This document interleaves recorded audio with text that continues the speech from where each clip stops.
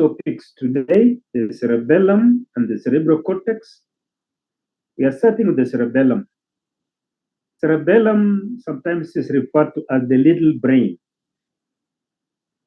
So from your embryology, cerebellum originates from the telencephalon, originates from metencephalon in the area of the rhombic lip. If you remember, there's pontine flexure. So at that part of the pontine flexure, that divides into the metencephalon and the myelencephalon. The metencephalon gives rise to the pons and also the cerebellum. So the cerebellum is growing out from the rhombic lip. In terms of its location, you can notice cerebellum is above both the pons, because both pons and medulla oblongata originate from the rhombencephalon. That rhombencephalon is described because of the rhomboid fossa. You will notice that separating the cerebellum from the pons and the medulla, we have this space here, which is the fourth ventricle. So we have a fourth ventricle between the pons, medulla, and cerebellum. This fourth ventricle is continuous to the third ventricle through the cerebral aqueduct in the midbrain. The third ventricle, remember, is where we have the thalamus on either side, connected by the interthalamic massa.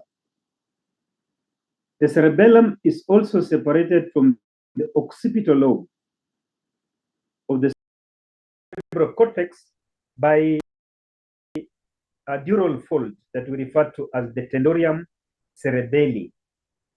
This tendorium cerebelli continues on and is pierced by the midbrain, forming the tendorial hiatus. So we have over this is tendorium cerebelli. So we can say that the cerebellum is infratendorial because it is below the tendorium. Cerebellum is also in the posterior cranial fossa. And remember, if you're looking at the bones, the posterior cranial fossa will also have the medulla oblongata as it exits at the foramen magnum, and also the pons and part of the occipital lobe. So this is in the posterior cranial fossa. You will also notice from this diagram or this photograph that we have a lot of structures, leaf-like structures. These leaf-like structures are referred to as the folia, cerebellar folia. Just from the word leaf, which is foliage, so this is cerebellar folia. We have the primary folia and also the secondary folia, primary and secondary folia. So based on this, the cerebellar cortex, which you are able to see out here, consisting of the gray matter, and the medulla consists of white matter. So the cortex is gray matter, medulla is white matter. Gray matter, remember, consists of cell bodies. They consist of cell bodies. From this, you can also see that we have a lot of crypts, these fissures, some very shallow and some very deep fissures. These are transverse fissures. We also have longitudinal fissures. So based on these fissures and also the folia, when you look at the cerebellum externally, we are only able to see 15% of the surface. So the 85% of the surface is hidden between the folia. We have this folia, and this, especially to increase surface area and therefore increase the number of neurons. Increase the number of neurons without increasing the size of the brain. Cerebellum consists of 50% of the total neurons in the brain, 50%. And yet it only occupies 10% of the brain volume. So you can see we have a lot of, because a lot of the activities we do are mainly associated with the movement. So that's what we have in the case of the cerebellum. Within the white matter, we have some nuclei. Nuclei are also aggregates of cell bodies. So we have nuclei within the white matter, and we are going to talk about them. So this just to illustrate that what we have here is the cortex, cerebellar cortex, and what we have here is the medulla. And the medulla consists of myelinated axons,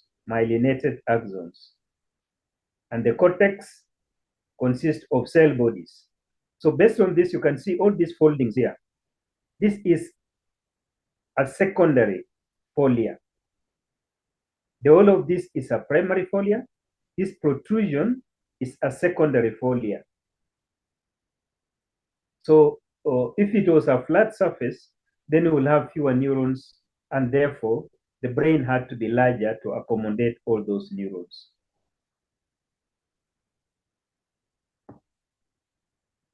I've said it's located in the posterior cranial fossa, separated from the occipital lobe by tendorium cerebelli. And cerebellum consists of two cerebellar hemispheres. And these cerebellar hemispheres are separated from posterior part by a midline longitudinal fissure in which we have a dural fold referred to as falx cerebelli. And the cerebellum, the two hemispheres, are connected together more anteriorly at the base by what we refer to as the vermis. This is a worm-like structure with a lot of transverse fissures. And cerebellum also consists of lobes. We have an anterior lobe separated from the posterior lobe by a primary fissure. I'll just show you that shortly back, primary fissure. And the posterior lobe is separated by a posterolateral fissure. The posterior lobe is separated by a posterolateral fissure from the flocculonodular lobe. So we can say that we have three lobes: the anterior, the posterior, and flocculonodular. The posterior is further divided into a superior and an inferior lobe. Superior and inferior lobe. So when you talk about these fissures, let me just go back. When you talk about these fissures, you can see here a very deep cleft. So this is our superior lobe, the anterior lobe. So this one here is our posterior lobe, and this posterior lobe is separated further by a fissure from the flocculonodular lobe. So this is what we see as the transverse fissures. But we have several minor fissures that we refer to that as primary fissure. Otherwise, there are many other small fissures that are not very deep. The surface, when you look at it, comprises of primary and secondary folia. And this, I've said, is to increase the number of neurons without increasing the size. And again, I mentioned that from surface you can only see 50%, 15%. The rest is hidden between the folia. The rest is hidden between the folia. And this is mainly because we have a lot of our activity is associated with movement, So to control those movements, we need a lot of neurons. And I said, in spite of being 15% being visible, the cerebellum, being called little brain, carries 50% of the total neurons in the brain. Internally, when you look at the internal part, the white matter, we have cerebellar nuclei. That's within the white matter. This cerebellar nuclei, we have the fastigial nucleus. When you look at it from the medial to lateral, we have the fastigial nuclei, the globus, emboliform, and the dentate. Dentate is most lateral, and dentate is the largest of the nuclei. So that's basically what we have as the structure of the cerebellum. Now remember, the cerebellum originates from the rhombic lip. It therefore has to be attached. It forms the roof of the fourth ventricle. It's therefore attached to the brainstem and the brainstem, and this attachment of the brainstem is through paired cerebellar pendangos. Cerebellar pendangos. These pendangos consist mainly of axons, fiber tracts that connect the cerebellum to different parts of the brain. We have the inferior cerebellar pendangle connecting it to the medulla oblongata. And through this, remember within medulla oblongata, we talked about the olivary nucleus. So from the medulla oblongata, we have the olivary nucleus connected to the cerebellum through olivocerebellar tract. Olivocerebellar tract. This is a main tract that controls movement. And this is contralateral. So this crosses over from the right to the left. And then we have posterior spinocerebellar tract. Cerebellar, remember we're talking about the spinal cord and also cerebellum. There's connection to the cerebellum, and this is only on one side. So it's ipsilateral. Ipsilateral. And then the cuneate nucleus, connecting it from the upper limb. This proprioception from the upper limb. It's also going to connect from the trigeminal vestibulocerebellar tract. Remember the vestibular system, that is the ear, connected to the cerebellum to be able to regulate movement, balance, and muscle tone. This is a two-way system where we have from the vestibular nucleus, there's direct connection to the cerebellum, and then there is a feedback from the cerebellum to the vestibular nucleus. And then for that awareness of our spatial area, of the movements and so on, this is connected to the reticular formation. So we have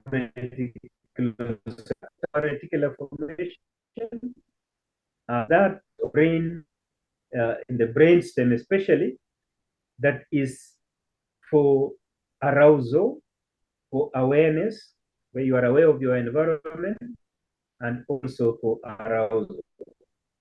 So to be able to monitor these feedback mechanisms, so that the body of the nature of our joints, the nature of our muscles, and so on. That's what we have as reticulocerebellar tract.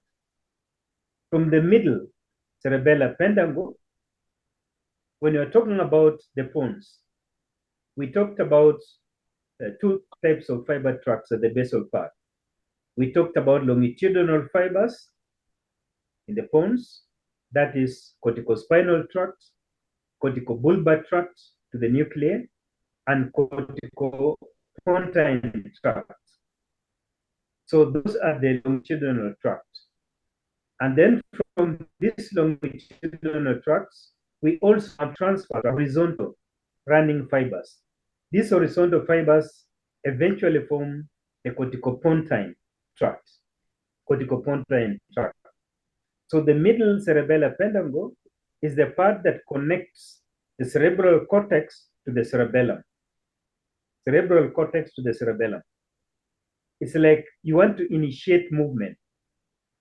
That decision to initiate movement will be originating from the cerebral cortex. But the movement itself also is regulated by the cerebellum. We'll be talking about that later on. Then we also have from the tectum, if you remember the tectum, the colliculi, we divided the brain into the tectum and the tegmentum and the basal part. So from the tectum, we have tectocerebellar tracts, and this cerebellar tract is from the superior colliculi. And superior colliculi, remember, was associated, well, we'll talk about it, with vision. We're going to talk about that later. And then superior cerebellar pendangle connects it to the midbrain. Connects it to the midbrain, and this is from the cortical part of the cerebellum to the dentate nucleus, to the red nucleus, to the thalamus, and then from the thalamus direct to the cerebral cortex. And this mainly for motor activity, that regulation of motor activity. And then tectocerebellum, again from the tectum. And this one is from the inferior colliculus. Just remember that for now, inferior colliculus, which we have said earlier on, is very important in reflex activity associated with hearing, auditory reflex activity. So when you hear something, you turn your neck towards the source of the sound. The cerebellum is regulating that movement, that turning of the neck. And that's why there's connection to the tectum. And then to the trigeminal tract, we'll talk about that. The anterior spinocerebellar tract. Anterior spinocerebellar tract. The anterior spinocerebellar tract is mainly from the proprioception from the lower limb. Proprioception from the lower limb. So this is what we have. Remember, posterior is from the upper limb, and this is from the lower limb. So that is from the joints, spindle apparatus, from the Golgi tendon apparatus, and sensation from the joints. So that is very important. You can monitor the pressure being applied on a joint so that you can give feedback to the muscles either to relax or contract during movement. So that is our cerebellum generally. And there is something we refer to as homunculus. Homunculus is representation of the body on the brain, somatotopic representation. So when you look at this cerebellum, we see that different parts of the body project or are regulated by specific parts of the cerebellum in terms of movement. In terms of movement. Remember, in the anterior part here, the body is upside down, so in the anterior part, this is what we have as the anterior lobe with the primary fissure. So this is how the body is represented. So you can also notice from this that the trunk is represented mainly at the medial part, close to the midline. Most of our trunk is represented midline. So then we have paralysis in the trunk, ataxia, what we call truncular, with the movement of the trunk. As we move more laterally, the distal part of the limbs are, and then part of the, where we have part of the limb will be represented.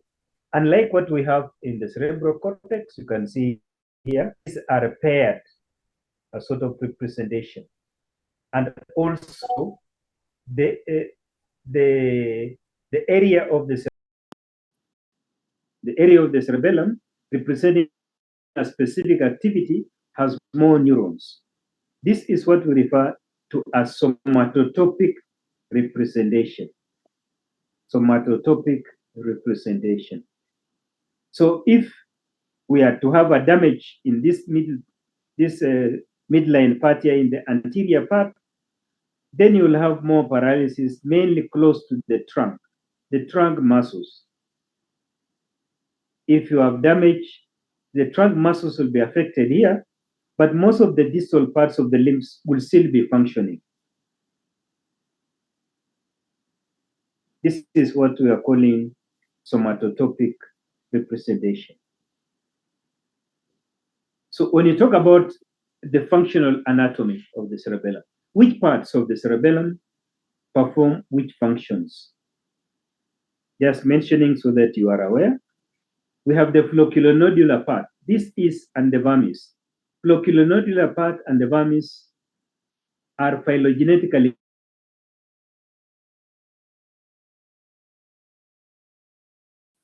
So this is mainly representing vestibulocerebellar system. This is vestibular and cerebellar. Vestibulocerebellar is to the vestibular nuclei. This from the middle ear. This is mainly for balance.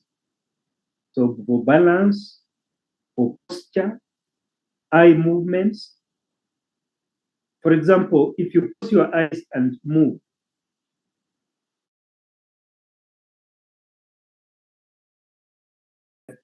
you get sort of disoriented because you have to get feedback from the environment before you are able to move.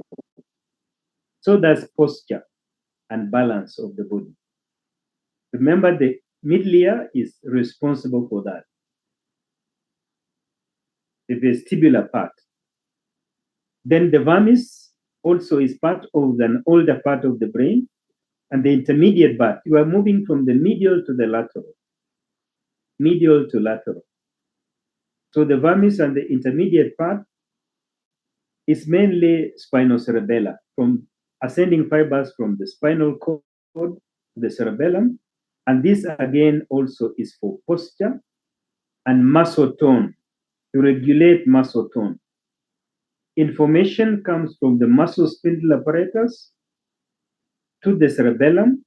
Once it is in the cerebellum, then it can be regulated and feedback is given back to the cerebral cortex so that through the corticospinal tract, we can have either a muscle contracting or relaxing. And then also gait. Gait, when you are moving, that's part of gait, and movement. Adjustment of movement, so that you have very fine movement. This adjustment of movement is based on your visual cues. You are seeing something, you are seeing an obstacle, you must pass over that obstacle. So you get visual cues, and based on these visual cues, then you are able to change your muscles, to contract specific muscles to avoid the particular obstacle depending on the type of terrain you are walking on.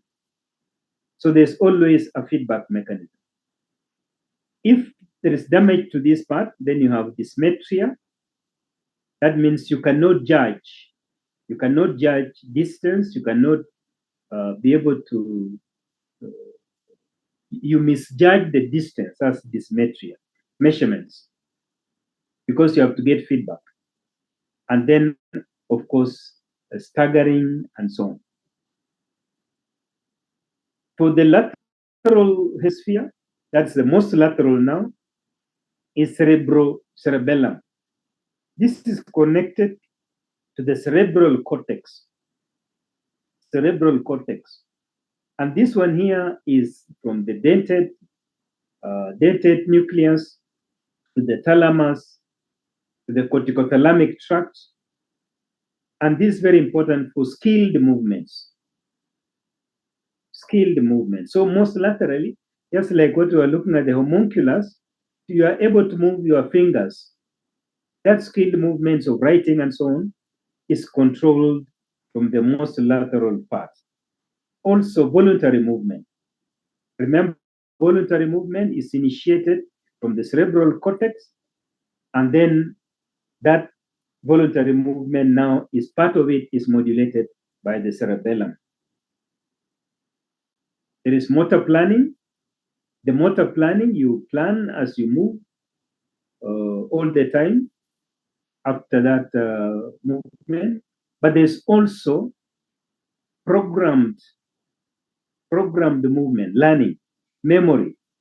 You have programmed movement where you have memorized, your body has already memorized how to walk, so you don't have to, as you walk, a child starts standing up, trying to walk, falls down several times, and always tries to stand up and walk. An adult just walks, okay, because already that is motor learning. You have learned how to walk. And if there's a problem with this part, in the lateral part, there is intentional tremors, dysmetria again, lack of judgment of distance, and decomposition of movement. Decomposition of movement. Sometimes you have, for example, slurred tongue. You can hardly pronounce words. That is what happens. So that is about the functional part of the cerebellum. We're going to look at the other parts of the cerebellum, and we have just repeating of what we have said here. Phylogenetically, the cerebellum consists of the older part of the cerebellum and the more newer part of the cerebellum. The older part of the cerebellum was mainly responsible with balancing, being able to balance. You can see during evolution. And as we moved on, we now started having more skilled movements. As we have more skilled movements, we added more neurons. So most of the cerebellar hemispheres are responsible for additional neurons that we have to be able to perform these skilled movements, and also for cognitive learning in terms of movements.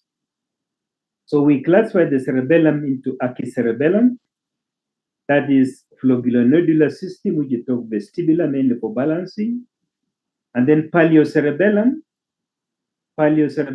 comprised of the vermis and the anterior cerebellar hemispheres. This mainly proprioceptive. This is getting information from the joints, information from the muscles, also from the ligaments, the capsule. That is enteroceptive, both from the head and the body and for muscles, mainly for muscle tone. And then we have neocerebellum. The neocerebellum is the new part of the cerebellum. Neo means new. These are mainly the cerebellar cortex, most of the rest of the cerebellar cortex. And this is connected to the inferior olivary nucleus. And that inferior olivary nucleus is very important for movement, part of the extrapyramidal pathway. And this is basic movement, for basic movement. Then this cerebella, when you look at it histologically, to be able to perform these functions, we said we have a lot of neurons, 50% of the neurons are in the cerebellum. How are these then organized? So we have the cerebellar cortex and we have the medulla. When you talk about cerebellar cortex, is the outer part of the cerebellum. And this is what you see when you see the folia. That is cerebellar cortex. Based on the histology, a section of the cerebellum, within the cortex, we're able to see 3 layers. We are able to see 3 layers. an outer layer that we refer to as the molecular layer.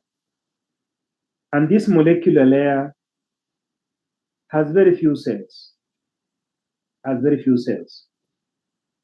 molecular layer will have interneurons. We have glial cells, both specialized glial cells and other cells. We also have stellate cells at the outer part of the cerebellum. Stellate cells are acting as interneurons. And then as we move towards the inner part of the molecular layer, we have basket cells.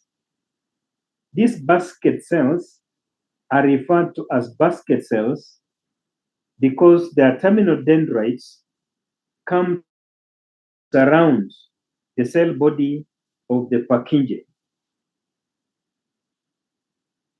All these are inhibitory. In the outer part of the molecular layer, we also have the large granule cell, the cell body of the large granule cell.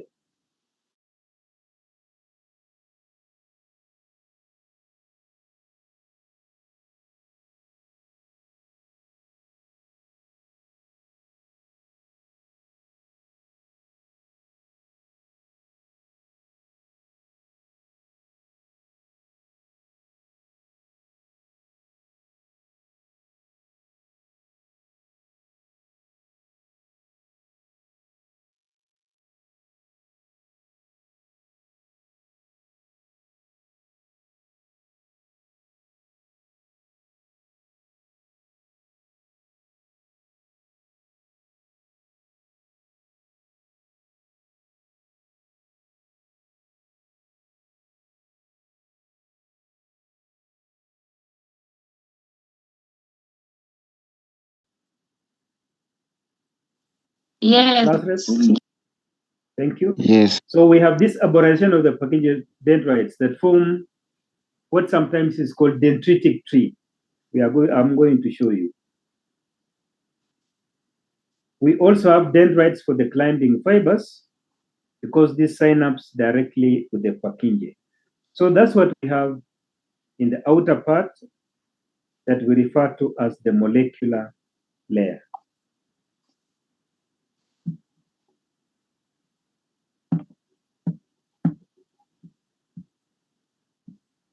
So this is what we see, is the molecular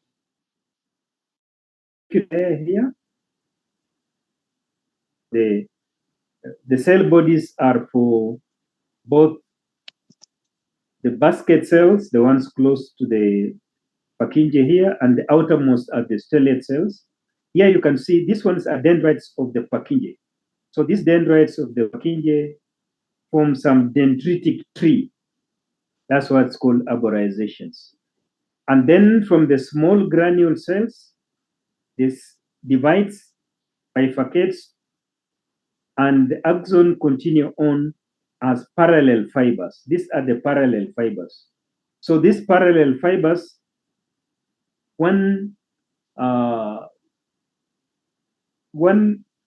small granule cell will synapse, will have over 400 synapses. Each of them will have over 400 synapses.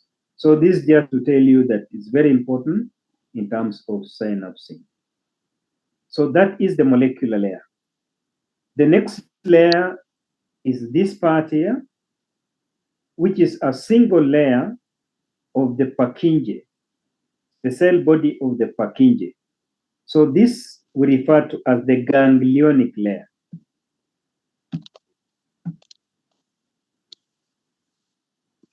So the ganglionic layer comprises of cell bodies of the Purkinje cell and also the part of the dendrites of the climbing fibers synapses with one Purkinje. From the cell body of the Purkinje, the axon then continue on as the efferent from the cerebellum.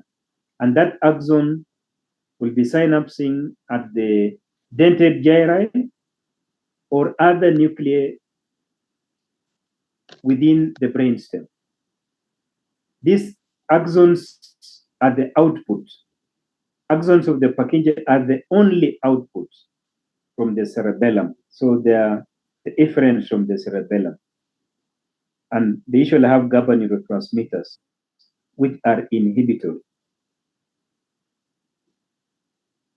The basket cells, they get the name basket cells because the axons, the terminal dendrites, come to sort of surround the cell body of the Purkinje,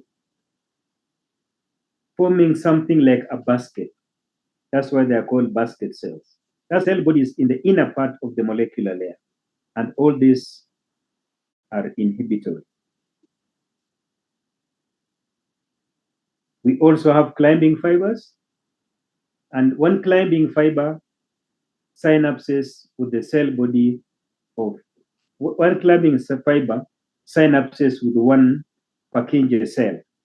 So it is a one-to-one synapsing, sort of. Here with the Purkinje, this is the flask-shaped structure, cell body. These are the dendrites making a lot of branching in the molecular layer. This is the axon dendrites of basket. And you can see these dark structures are surrounding the cell body. So they form something like a basket around the cell body. So this is what we are calling the ganglionic layer.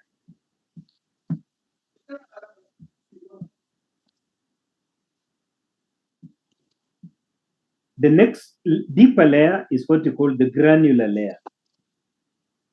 The granular layer comprises of small granule cells, the cell bodies of small granule cells. Usually these have glutamate as their neurotransmitter, and the terminal dendrites of the large granule cell.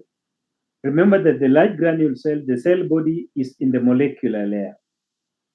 So these project on to the granular layer and synapse with the small granule cell and also the mossy fibers. The position where they synapse between the small granule cell and the mossy fibers is referred to as the cerebellar glomerulus. Cerebellar glomerulus. So we have the mossy fibers. Mossy fibers are originating from the pontine nuclei. Pontine nuclei. Mossy fibers and climbing fibers afferents to the cerebellum. They are the only fibers giving input to the cerebellum.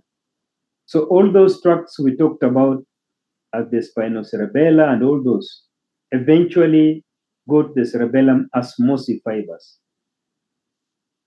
So all those afferents to the cerebellum are through mossy fibers and climbing fibers.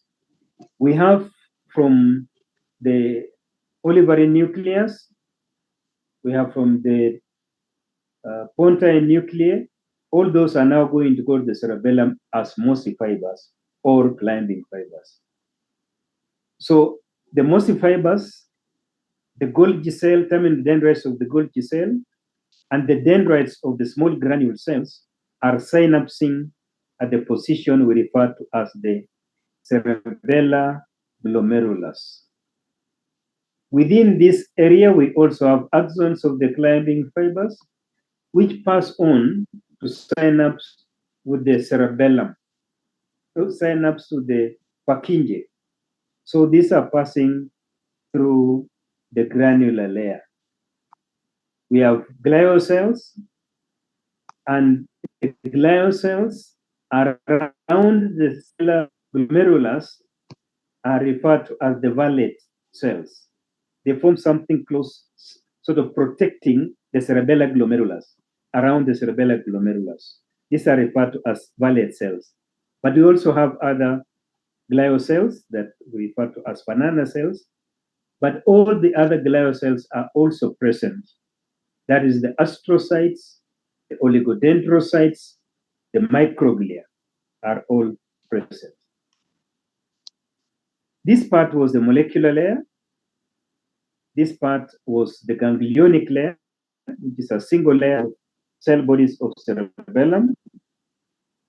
And this part is the granule. It appears granular because of a lot of these closely packed cell bodies. And I've said these cell bodies are for the small granule cell and also cell bodies for the glial cells. In between these clusters of cell bodies, we have these spaces here. These spaces represent the cerebellar glomerulus. This way we have the dendrites synapsing. Dendrites of the small granule cell, dendrites of the large granule cell. After the synapsing, the small granule cell, the axon, project onto the molecular layer and then bifurcates to form the parallel fibers. The cell body of the large granule cell will be in the molecular layer. The axon continue on to the granular layer, and the terminal dendrites then synapse to the climbing mossy fibers and the dendrites of the small granule cells. So that's what we have as the histology of the cerebellar cortex.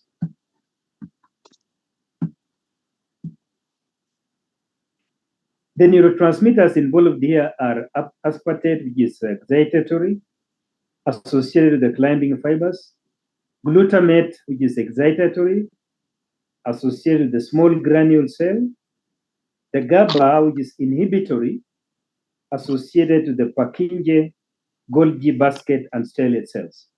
So you can see that the final output of this is based on all the synapsing, how much of the excitatory and how much of the inhibitory.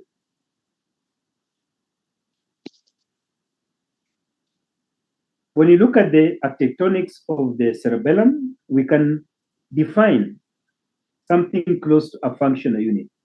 So the functional unit would be related to one single Purkinje cell with its arborizations.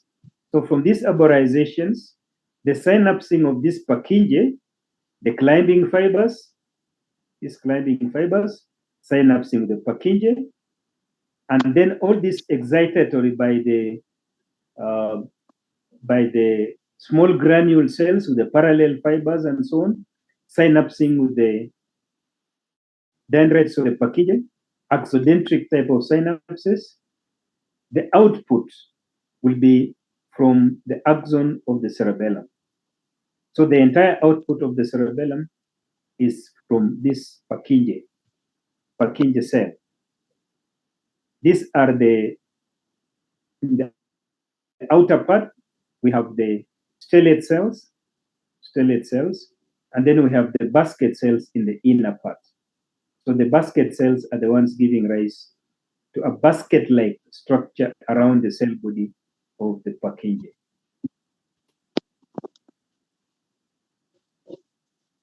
So what most generally the functions of cerebellum will be coordination of movement. Coordination of movement. This movement is coordinated through monitoring of other brain centers. Monitoring from other brain centers. We've said this connection to the spinal cord, connection to the brain stem, connection to the cerebral cortex, connection from the vestibular apparatus, connection from the spinal cord. So all these connections, the muscle tone, the muscle, stretch of the muscle, for example, stretch at the tendon, stretch at the capsule. All these are giving feedback to the cerebellum. So when you have an injury in a joint, the tendency will be not to apply a force to that joint. So you limp. You don't want to apply the force to the joint because the sensation from that injury is going to the cerebellum. So to avoid further injury, you then don't apply pressure to that joint. So based on this, you are therefore able to balance by both visual cues and also from the vestibular apparatus, which you are going to look at later, and maintain a posture. Posture is the attitude of the body in space. And this posture is maintained by muscle contractions and relaxations. And then fine movement, which we talked about. Fine movement, especially the lateral part of the hemispheres, is very important. The muscle tone is very important. So you can see that when you have a problem with the cerebellum, you are not able to maintain your muscle tone. And therefore, you are not able to maintain your posture. And therefore, you are not able to walk properly or stand because of that. Coordination of voluntary movement. Coordination of voluntary movement. The initiation comes from the cerebral cortex.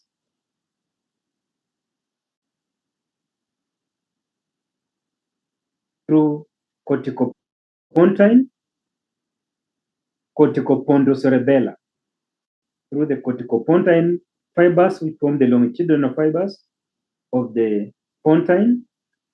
And then there will be synapsing at the pontine nuclei. And then from this pontine nuclei, we then have, through the middle cerebellar pendangle, we have information going to the cerebellum. So that is for voluntary, to coordinate voluntary movement. Remember that involuntary movement is coordinated by the autonomic nervous system, which we have already covered. There is motor learning and programming. Programmed movement, motor learning. When a child starts to walk, the child crawls, stands up, falls down several times, stands up, falls down, and then eventually all the muscles are now coordinated. That information is now put as a memory in the brain so that it's automatic. It looks like it's automatic. And also the programming of movement, we have said, programmed movement based on feedback, cues from your visual system to avoid an obstacle, for example. Cognitive function in terms of language, in terms of this made most of the lateral part of the cerebellar hemispheres, the neocerebellum. We have talked about the origin, we have talked about the location, we have talked about the meninges associated with the cerebellum, which we are going to deal with later. So what happens when you have damage to the cerebellum? This can be because of the blood supply being cut off, because of demyelination. Remember, myelin sheath is very important in fast movement, and this is therefore passing coded information. Cancer, neoplasm, can spread to the brain, can affect part of the cerebellar pathways. Alcoholic cerebellar degeneration, also, because somebody who is alcoholic, has taken alcohol for a long time, again, movement becomes a problem because of damage to the neurons. This will lead to ataxia. Ataxia involves intentional tremor. You want to hold something and you start trembling. dysmetria, lack of judgment of distance, lack of judgment of distance, decomposition of movement, decomposition of movement, that type of slowed movement, scanning speech, slurred tongue, nystagmus, this is mainly flocculonodular movements of the eye. That is ataxia. Then equilibration, problems of equilibration, staggering, staggering because you are not able to get feedback, the cues, and therefore program the movements. Hypotonia, the muscles, because of maintenance of tone, muscle tone, you will have your muscles being very low tone, and therefore walking becomes a problem or standing becomes a problem. This mainly flocculonodular area, and that's what we have for the cerebellum or the little brain. Okay, that's A is molecular layer, this ganglionic layer, and this is the granular layer. The rest is the white matter, which is, so this is what we call cerebellar cortex, and that is the medulla, which consists of white matter. That means myelinated axons. Again, recall this picture. We have basket cells, dendritic tree of the cerebellar dendrites, and only a single small axon. In the molecular layer, we have parallel fibers formed by the small axons of the small granule cells. These are parallel fibers, which you are able to see here. So that is about the cerebellum or the little brain. You can put your questions in the chat if something is not clear.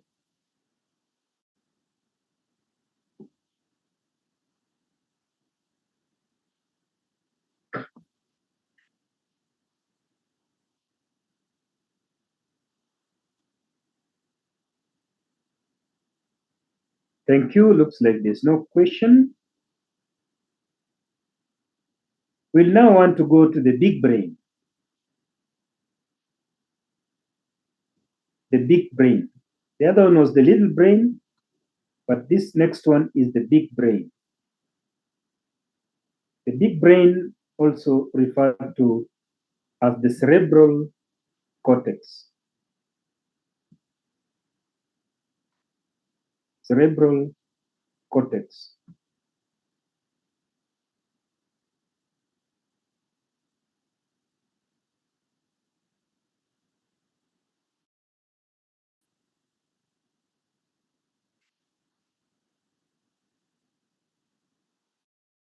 The cerebral cortex,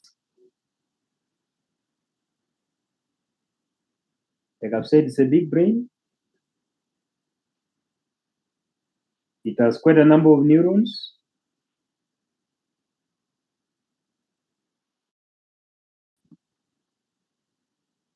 It has a lot of hemispheres. It has an older and a newer part of the brain. We have older part of the brain, phylogenetically, and a new part of the brain.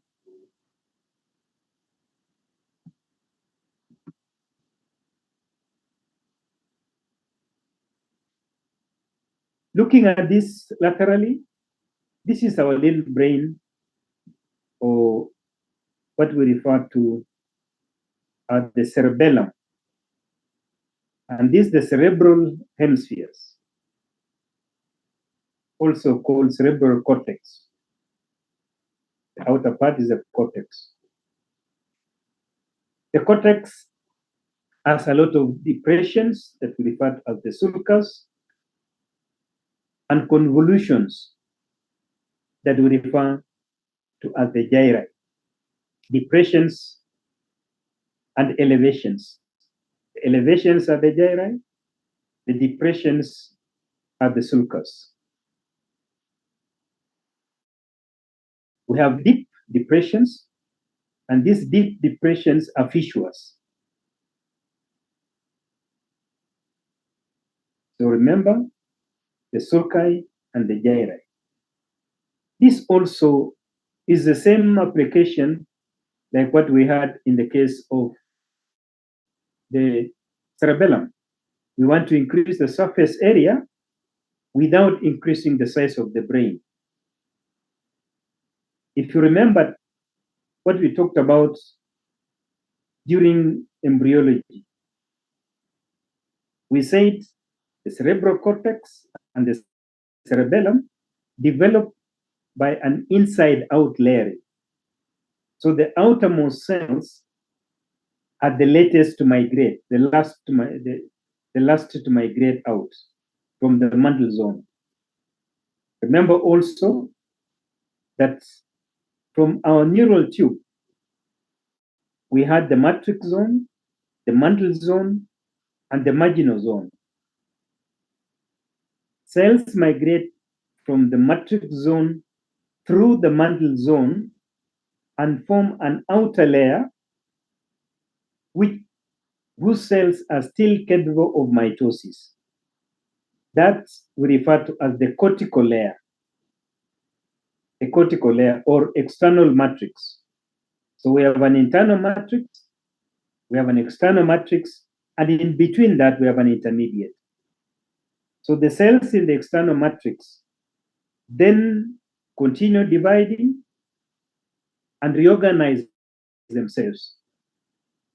Failure of migration will lead to very few gyri.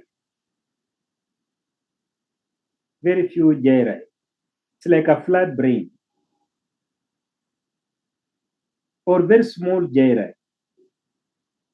Lysencephaly or lysencephaly. Very small gyri. Very many small gyri. We talked about it earlier on. So the main purpose is to increase surface area, to increase the number of neurons without increasing the size of the brain.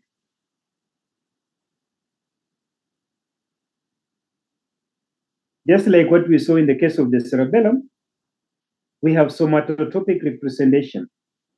The body is mapped onto the cerebellum through what we call the homunculus.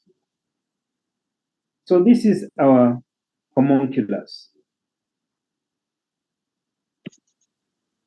The distribution of the neurons is proportionate to the function of the area.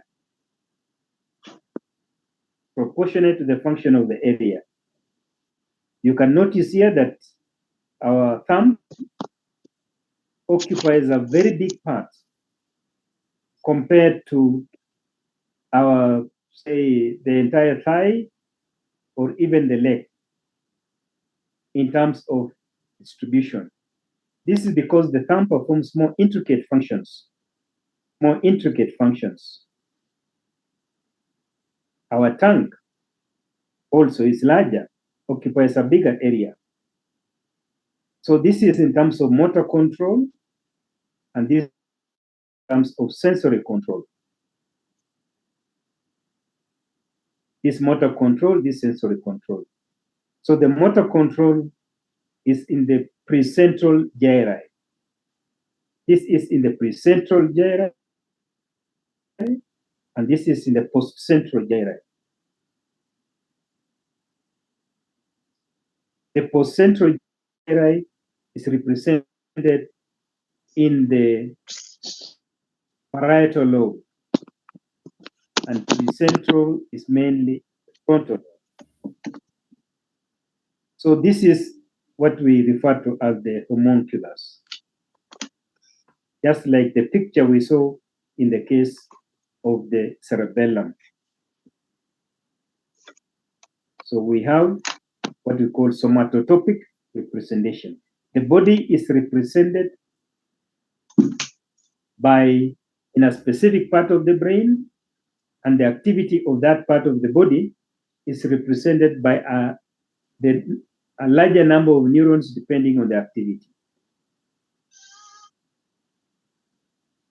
So from the median plane, we have here, this one here is the, this part here is central gyri. This is the calcarine fissure, the occipital lobe, the parietal lobe, and the frontal lobe. The two cerebral hemispheres are connected by the corpus callosum. So we have a corpus callosum here, and the corpus callosum contain axons that cross the midline. This we refer to as the commissural fibers. Commissural fibers.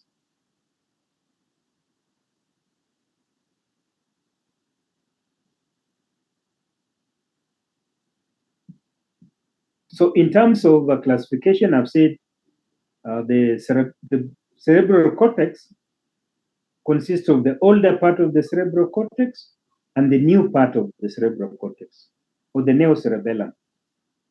The allocerebellum, just like what we saw in the case of cerebral cortex, is similar to what we saw in the cerebellum, the achy-cerebellum, and the paleocerebellum.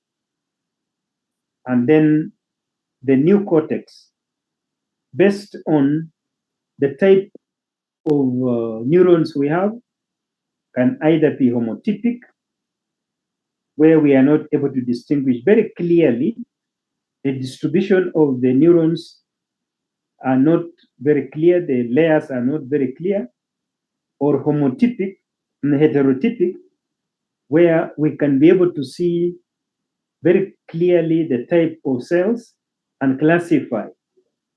Heterotypic can be called granular or agranular. Granular type heterotypic is represented by the sensory part of the cerebral cortex. Agranular is represented by the motor part of the cerebral cortex. So the occipital lobe is granular because purely for sensory. The precentral gyri is agranular because it's motor. So this is biological classification. The neocortex developed because our brain started processing more information and therefore had to have more neurons. Just like cerebellum, we also have lobes and fissures. We have the frontal lobe, the parietal lobe, the temporal lobe, the occipital lobe. All these lobes are named according to their proximity to the bones. So the frontal lobe is associated with the frontal bone, parietal lobe with the parietal bone, the temporal lobe with the temporal bone, and the occipital lobe with the occipital bone. The two hemispheres are separated by the longitudinal fissure, and within this longitudinal fissure, we have the dural fold that we refer to as the falx cerebri. Falx cerebri. Then we have transverse fissure, and transverse fissure separates the part of the temporal lobe from the parietal lobe and frontal lobe.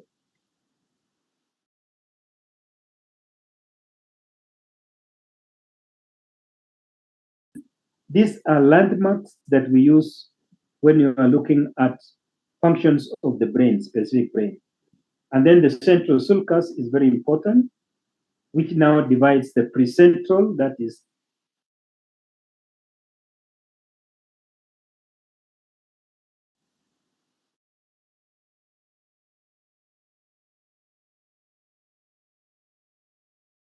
the primary motor cortex, the primary motor gyri, and then postcentral is primary sensory.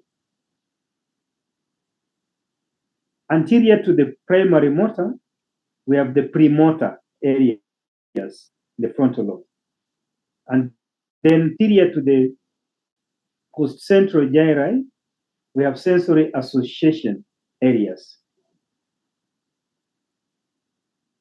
So the brain will be developed by the atria and consists of 30% of the neurons and processes and 70% of the glial cells. I think we have talked about that. And for the cerebral cortex, 40% is visible and the others are hidden between the sulci. 40% is visible when you look at the surface, unlike what you see in the cerebellum, in which only 15% is visible. The thickness of the cortex depends from the precentral, which is a motor, is very thick, and we're going to see why it is very thick, to the occipital, which is very thin, consisting of only 1.5 millimeters thick in the occipital lobe. And that is the granular type. Precentral, we have said, is motor, is agranular. And this is the granular type in the occipital, which is mainly for vision. So what will be the general functions of the cerebral cortex? We'll just mention them in passing. The frontal lobe, the motor, is mainly motor, voluntary control. That is the precentral, voluntary control. The premotor areas, again, those ones are learned motor activity.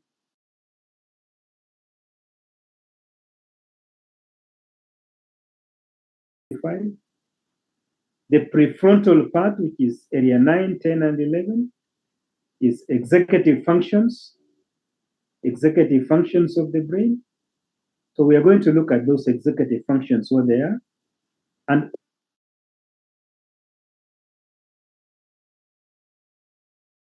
mainly in responsible personality, changes in personality when that area is affected. That is the frontal lobe. So remember that most of the frontal lobe is motor. And then parietal lobe mainly coordinates sensory information. Sensory information. That is number 1, 2, and 3. We are going to look about those numbers. Broadman number 1, 2, and 3. That is for sensory information. So all our sensory information from the body passing through the thalamus project to area 1, 2, and 3. That is the postcentral gyrus. Postcentral gyrus. All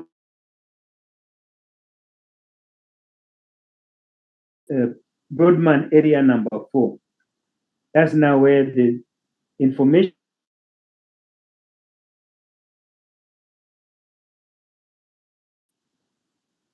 the occipital lobe is mainly primary visual area and visual association area. Primary visual area number 17 and visual association area number 18 and 19. So our vision projects to this part of occipital lobe.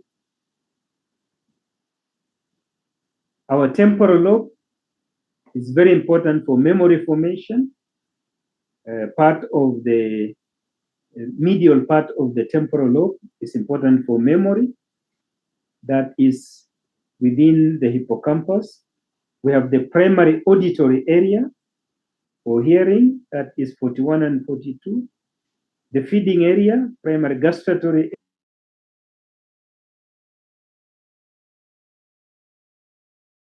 motor speech area, not motor but sensory speech area, that's number 21 and 22. And this is very important in language comprehension. Language comprehension.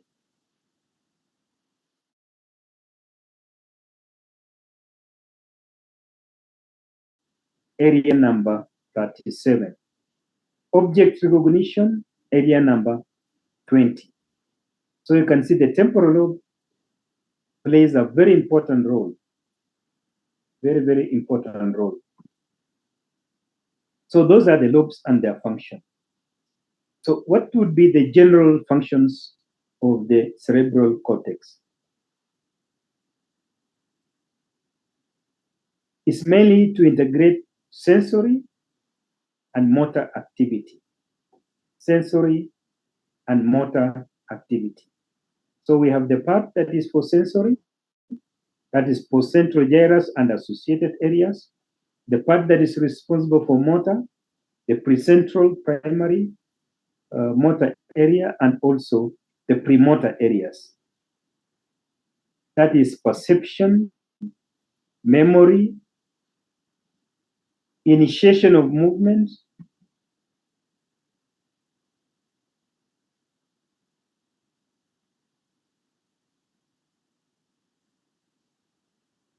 initiation of movement. Remember about movement when you initiate movement.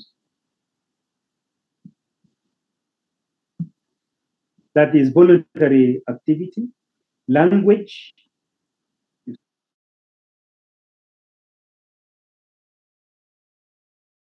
interpret, to hear and interpret what you speak. Be able to read. Speaking is a broca area, motor area. If that is damaged, then you are not able to generate any words. Integrate information, appreciation, awareness, being aware. Remember, we talked about the reticular formation, and we said we have ascending reticular activating system. This is from the reticular formation from the brain stem. We have ascending reticular formation, which project to all parts of the cerebral cortex, so that you are aware of your environment. You are conscious of your environment. So to be able to perform all these functions, this is based on your experience. Experience is very important because that experience will have been stored as a memory somewhere. The type of qualitative analysis of the information. How was the pain? How was the test? Correlation of modalities. Correlation of modalities is we have all this sensory information, the visual, the touch, the pressure, and all those. All those have to be correlated. Behavioral response. So you have to give a response based on that. Based on what has been inputted to the brain, integrated, and then sent back to the cerebral cortex.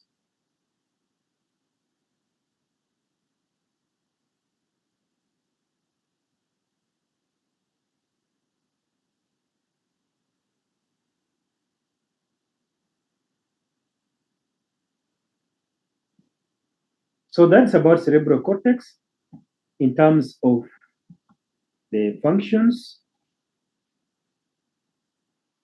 A gentleman by the name of Corbinian Brodmann, while studying, realized that when you touch a specific part of the brain, the body responds in a specific manner.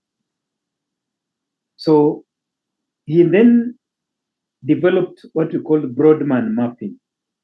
That is in 1909, a Brodmann mapping. So he put numbers to the parts of the brain. He put numbers to say, if you touch any of these parts, you respond in a specific manner. You touch a part here, the tongue might move. You touch another part, the finger might move, and so on. So you touch a part, somebody starts scratching, for example. So based on that, he put numbers, and that's what we call Brodmann numbers, what I've been talking about. From the precentral gyri, this primary motor. When I was showing the homunculus, this was primary motor. This part is premotor. These parts are prefrontal. This part is postcentral gyrus. This is sensory. So there's a primary sensory.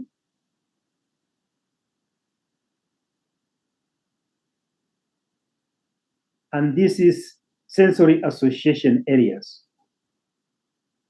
This is occipital. You damage this part, and you are not able to see. This area here, your feeding becomes a problem. So based on this, he was able to determine that. That again was realized when there was in the war, some skull was blown up. So patients who are being presented had sometimes exposed brains.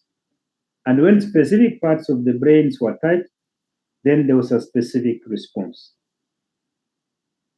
Today, with the advanced technology, we have functional magnetic resonance imaging, where just like I'm talking now, the part which is responsible for a lot of that talking is again highlighted in a functional magnetic resonance imaging.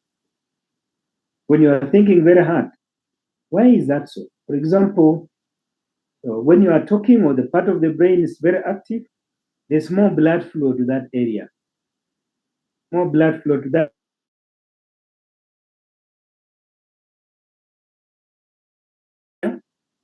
Even the concentration of oxygen in the brain to be able to determine that.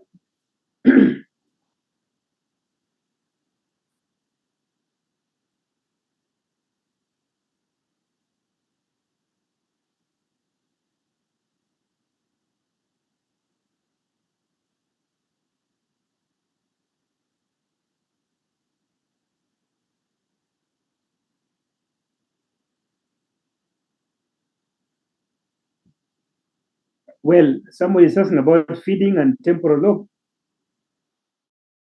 Taste sensation, this is what you're talking about in terms of taste. Gustatory part is in the temporal lobe. But remember, we have the hypothalamus also playing a part in the feeding elements. Let me answer the questions at the end of the class. Okay? So for general divisions, we have sensory areas, primary sensory, and then sensory association areas. Primary visual association areas. If the visual association areas are affected,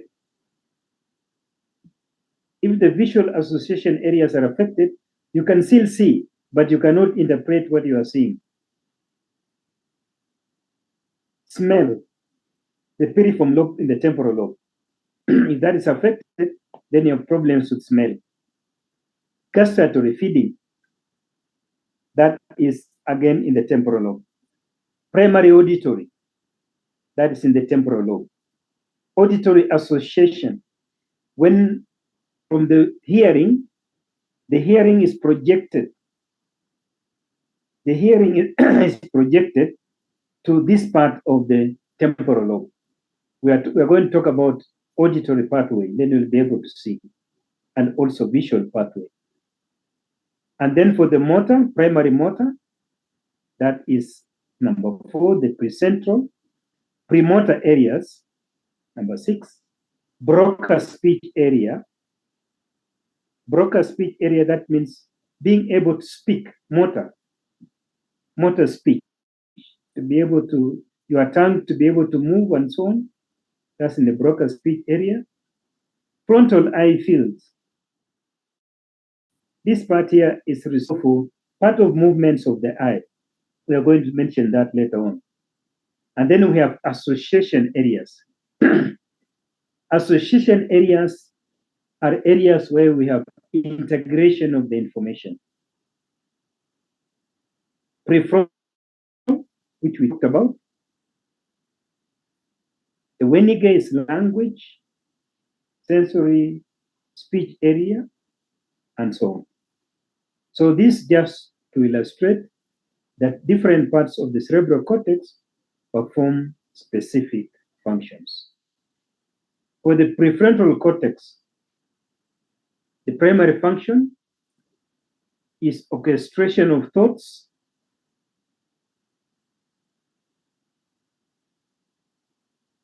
and actions in accordance with the internal goals. When you are talking about periaqueductal gray matter, and we talked about also pontine micturition reflex center, when your bladder is full, okay, you think about it, your bladder is full, the information goes to the brain, and then decision to go and empty the bladder now has to come from the prefrontal area. So the prefrontal cortex is what we say is responsible for executive functions of the brain. What does an executive do? Intellect, cognitive planning, personality expression, abstract ideas, reasoning, planning, persistence, conscience, decision making, judgment. So if you're an executive of a company, you do most of these things. That is part of the brain. The brain does that for the body. So the decisions you make are from the prefrontal cortex. Area 8, which you said frontal eye field, is visual attention. You see an object, you try to track that object. That is your type of movement.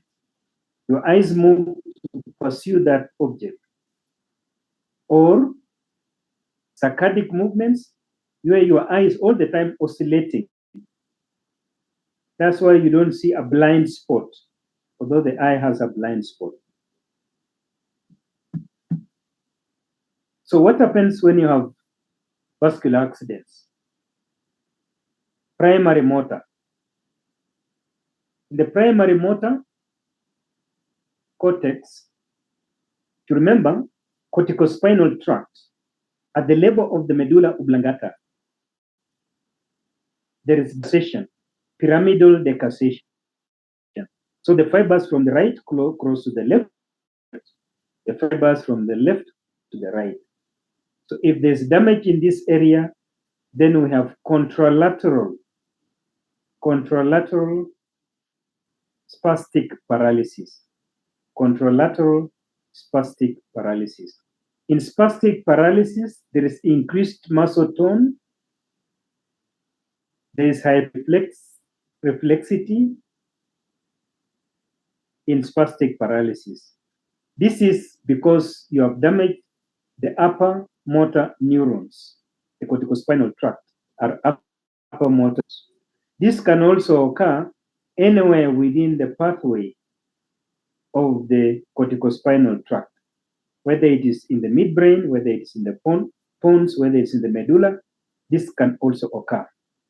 For the primary sensory, there's discrimination, sensory discrimination. Touch, for example. When you touch something, you're able to see the shape of that particular structure. If there's a Weniger area which is affected, then you have problems with the linguistic interpretation, because this is sensory speech area, linguistic interpretation. You see a cow, you say that's a very big dog, because you are not able to relate the cow and the dog. Primary visual area,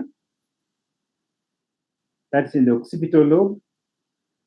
If you have posterior cerebral artery, then you have complete visual loss. Or you might have vision if the primary visual areas affected, when the association areas are affected, then you have problems with the recognition of that, what you're able to see, interpretation of what you see.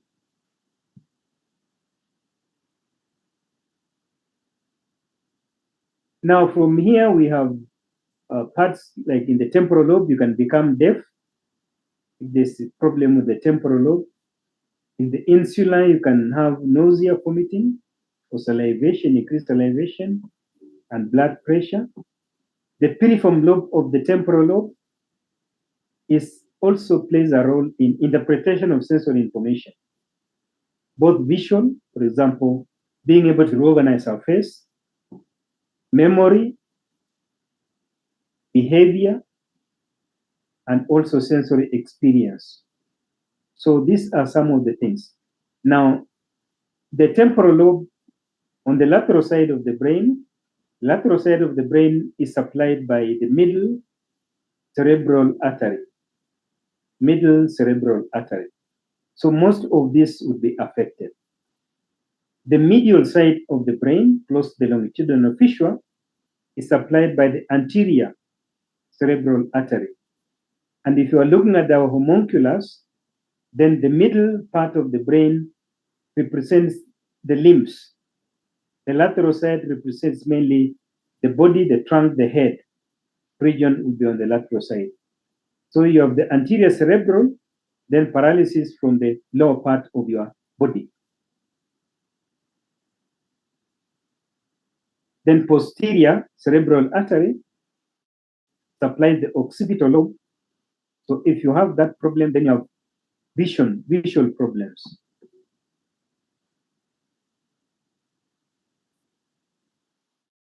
So Broca area would be mainly speech problems. You will not be able to speak. Your tongue cannot generate words. Prefrontal, personality changes. Frontal eye fields. When you look, your eye turns towards the lesion area. Within the cerebral cortex, when you talk about cerebral cortex, we are talking about the outer part, which is the gray matter area. So we have the cortex and we have the medulla. The medulla comprises of white matter, which is mainly myelinated axons. Within the medulla, we have cell bodies, aggregate cell bodies. These are nuclei. This we refer to as the basal ganglia.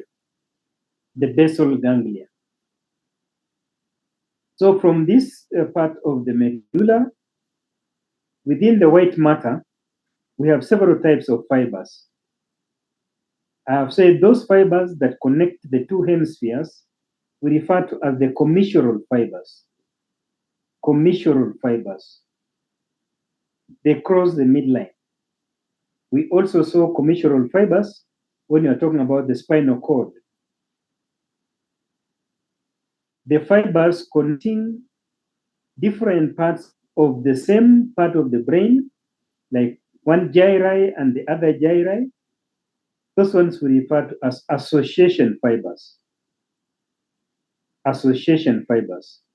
So this can pass within the internal capsule here, what you call the internal capsule, to connect the different parts of the brain within the same hemisphere. Then we have projection fibers. Those originate from the deep nuclei. It could be, for example, from this nuclei connecting to the different parts of the same hemisphere. Those referred to as projection fibers. Those ones are fiber tracts. I like you using this to look at this part here. This part is the insula. This is the middle cerebral artery. This is the insula.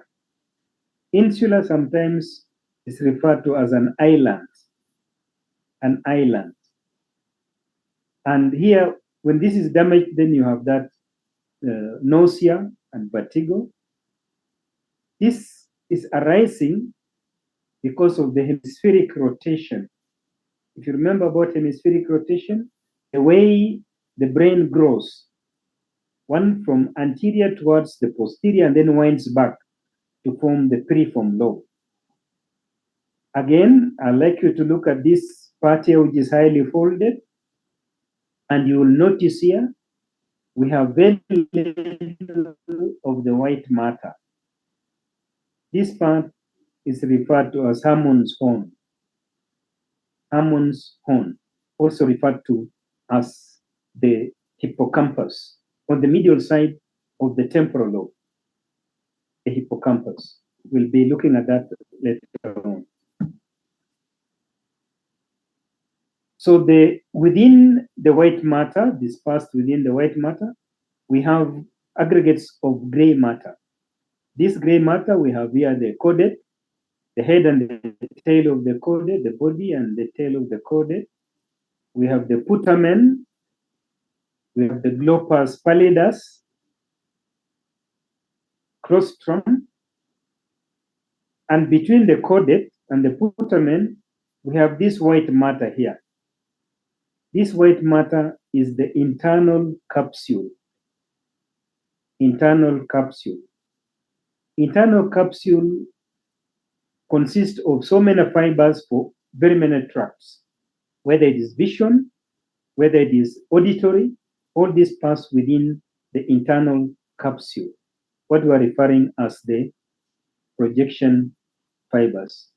And then here, we have this white matter between the claustrum and also the globus. This one here we refer to as the extreme capsule. Extreme capsule.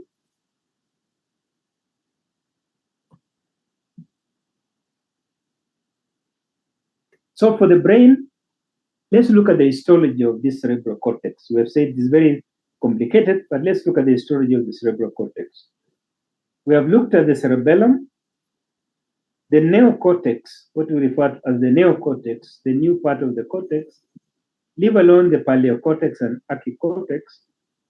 The neocortex comprises of 6 layers. 6 layers. The outer layer is called molecular layer. The molecular layer contains horizontal cells, and these are mainly association area. The dendrites of the other inner layers will be projecting to the molecular layer. The horizontal cells are also called cells of Kajal. That's what we have. And these are interneurons within the molecular layer. So it's an area with very few cells. We have glial cells, of course. And this is mainly an association area. The next layer is outer granular layer. The outer granular layer. The outer granular layer consists of granular cells, small pyramidal cells, fewer small pyramidal cells. That is small pyramidal cells. And the Golgi type 2 cells, that is now our granule cells. Granule cells are sort of rounded cells with a large nuclei. Pyramidal cells are pyramidal in shape. That is, the cell body looks pyramidal, but most of what we have in the outer is a receptory area.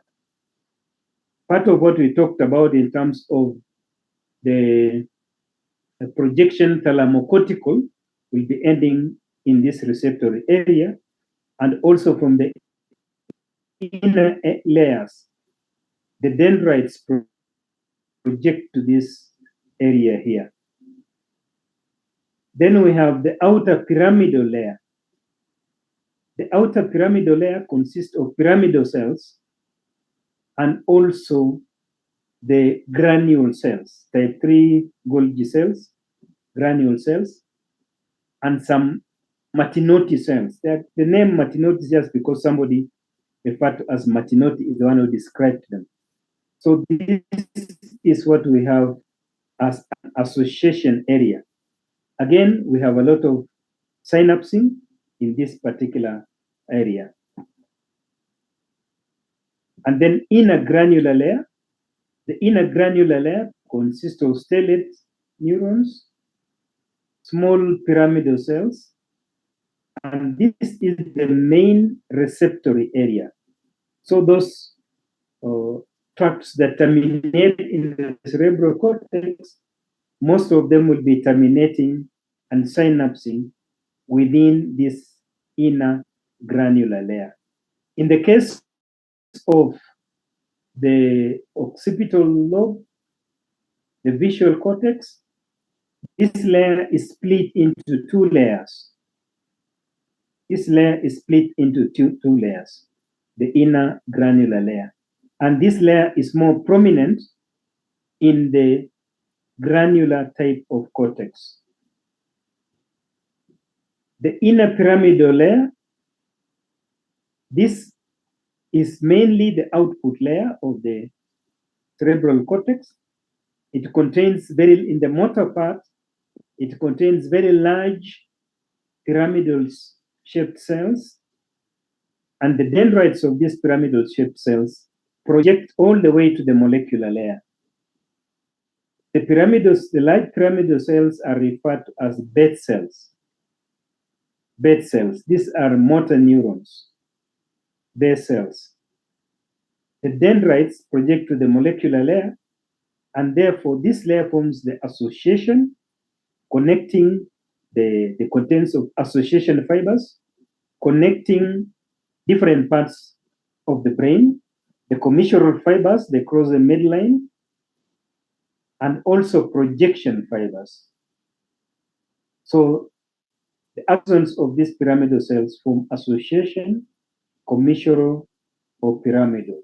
So when we talk about corticospinal tract, the axons originate from this inner pyramidal layer. This is the output, the effector layer. So the axons originate from this and then project now to the spinal cord. Or they originate from this, take to the pons, corticopontine. So this is the effectory.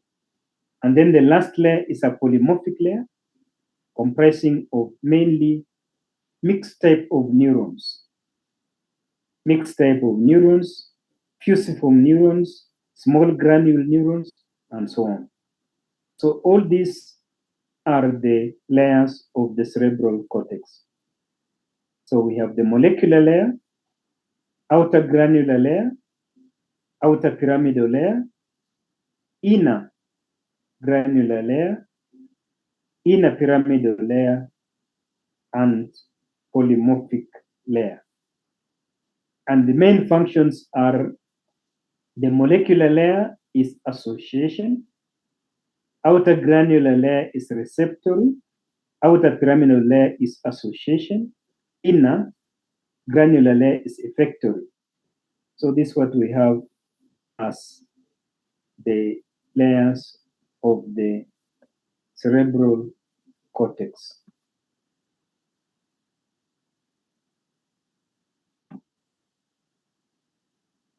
So we talked about the nuclei which are within the white matter. Just like in the cerebral cortex, we have this nuclei. We also have the nuclei in the cerebellum, the fastigial nuclei, the globose nuclei, the emboliform nuclei, the dentate nuclei. In the case of the cerebral cortex, we also have some nuclei within the white matter. These nuclei have migrated during the neurological development. They were part of the mantle zone during migration of the cells. The basal ganglia form what we call extrapyramidal motor pathway. There is a pyramidal motor pathway exemplified by corticospinal tract. The extrapyramidal motor pathway regulates motor activity. They regulate activity. So they initiate motor activity. The putamen and globus pallidus initiates motor activity.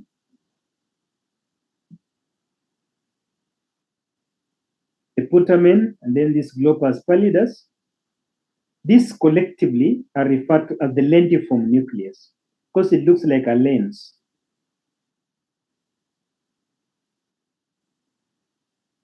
The chordates and the diencephalon, they originate from the diencephalon.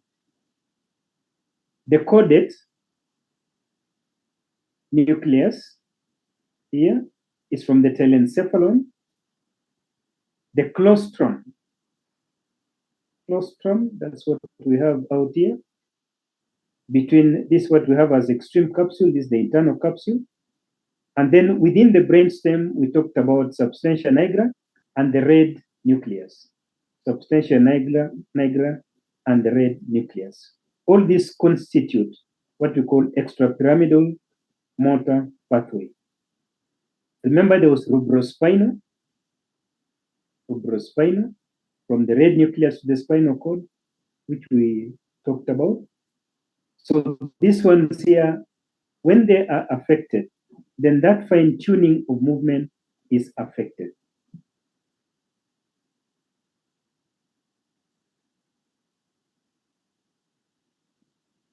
Within the brain, we have some important organs we refer to as circumventricular organs. Circumventricular organs. The word circum is around, to move round is circum. Ventricle is the lumen. The circumventricular organs are around the ventricles. They act as sensory areas. They have sensory cells. They lack blood-brain barrier. They lack blood-brain barrier. So there are chemoreceptor cells there. They detect and respond to blood-borne signals.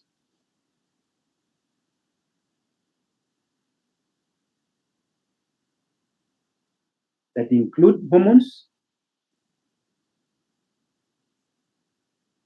For example, when you feel thirsty, and the diuretic hormone, peptides, several peptides, some cytokines, some electrolytes. So when you feel thirsty, these cells within this area detect it, and then that information is passed on to the hypothalamus. The components include the pineal gland, and we know the pineal gland produces melatonin and serotonin. Melatonin is for circadian rhythm.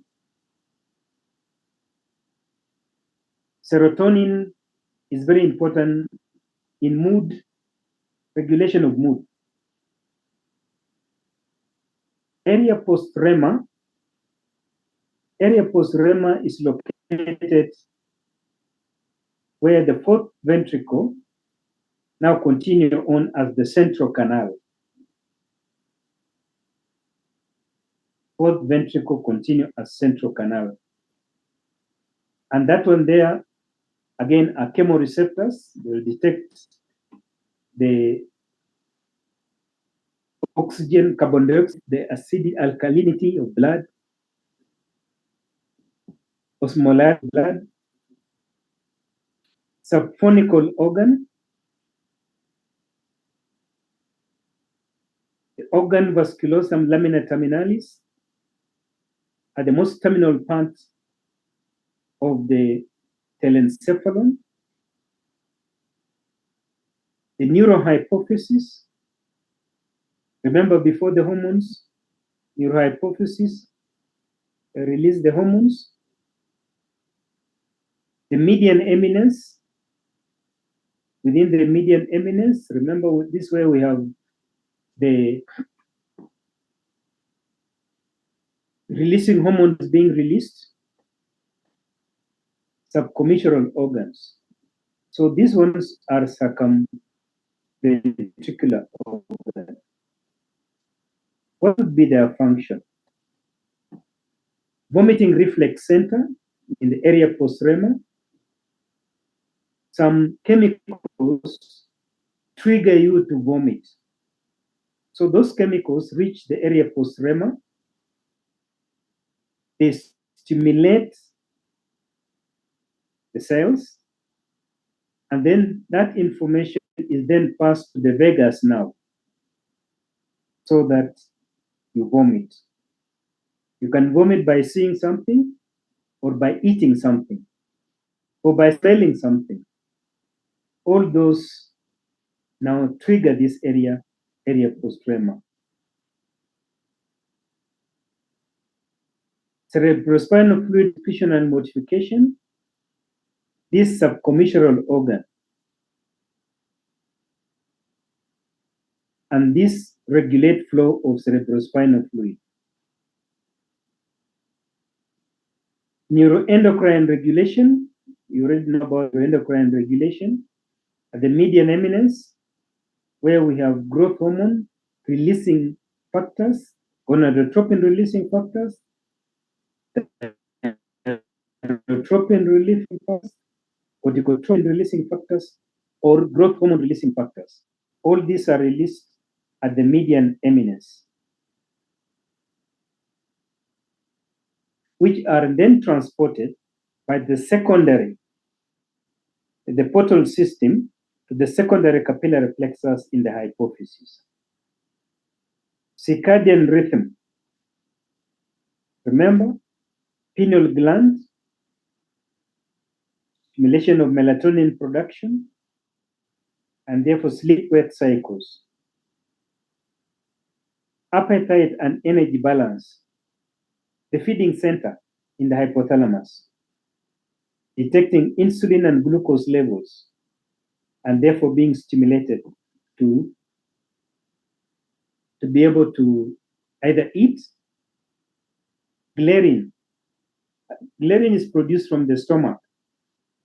That ghrelin then is transported up to these circumventricular organs, and that increases the hunger perception.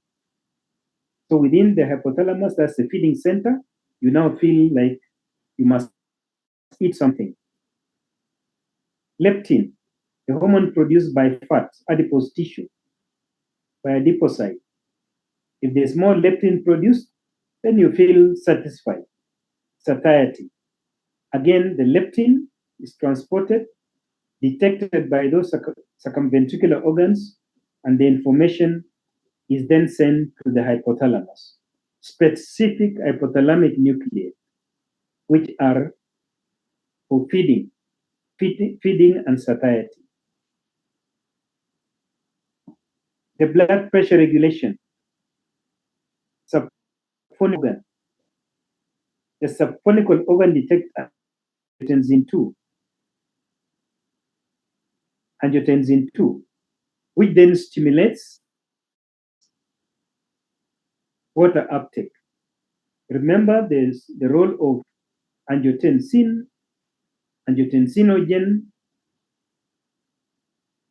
being converted to angiotensin 2, angiotensin 2 being a vasoconstrictor, increase of blood pressure.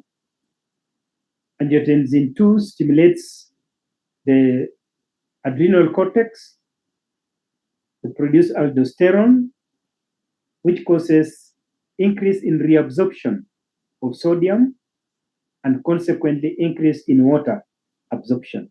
Also, this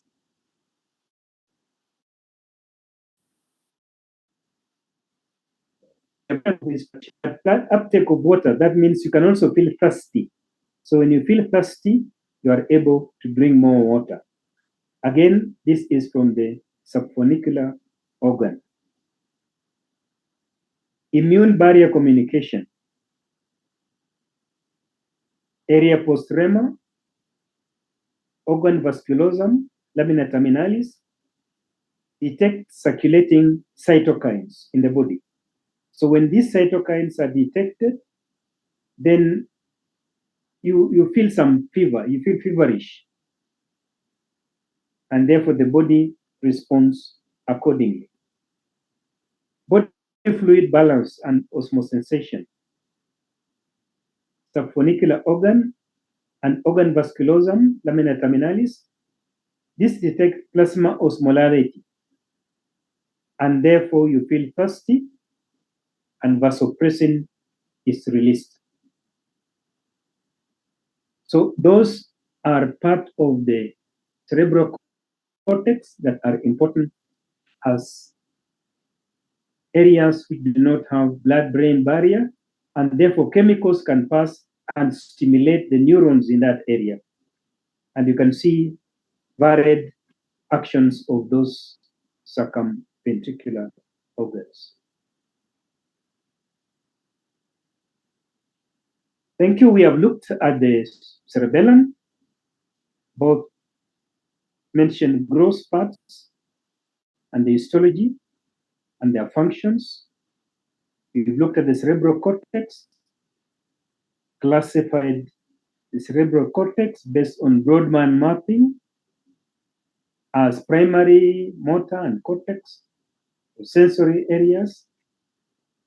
We've looked at the homunculus both for cerebellum in terms of motor control and the cerebral cortex in terms of sensory and motor activity. We have also looked at the histology of the cerebral cortex, having the 6 layers, the role of each of those layers. We have also looked at the functions of these parts of the cerebral cortex and the circumventricular organs. So the circumventricular organs, like I've said,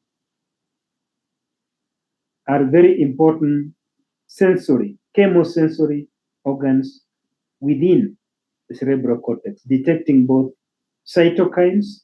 If there's an injury, they detect levels of cytokines, they detect the hormones. Some of them are influenced by hormones, and that is important.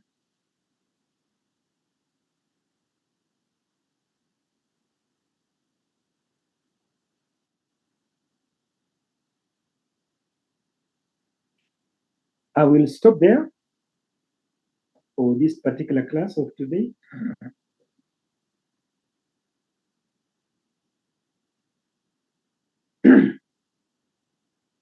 Well, if feeding becomes a problem, then it's temporal lobe. It's not necessarily the temporal lobe. We also have other parts that are responsible for feeding. We have talked about the hypothalamus and the other parts. So you have to bear in mind that all those can be affected.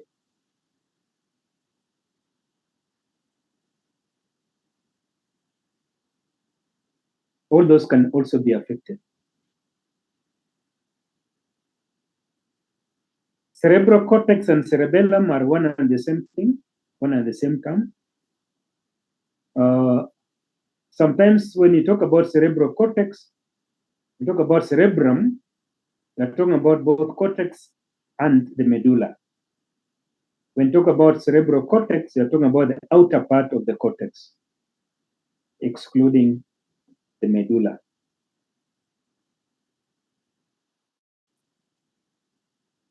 For the Purkinje, the ganglionic layer of the cerebellum is also referred to as the Purkinje layer because it contains only one cell body of Purkinje.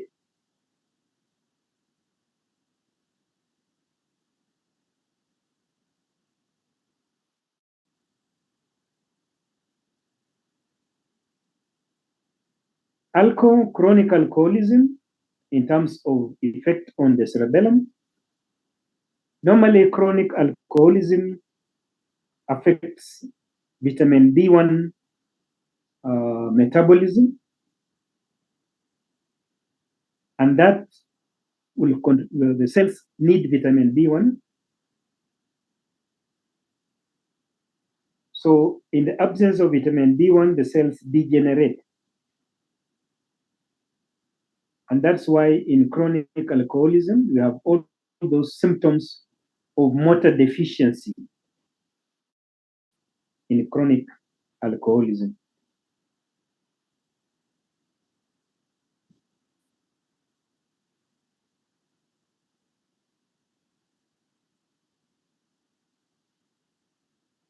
That will be all for today. We'll have another class to complete.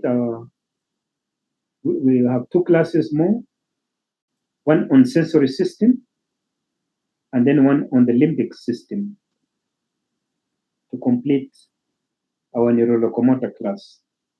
The class rep will let me know. We'll complete those 2 classes before we have a practical.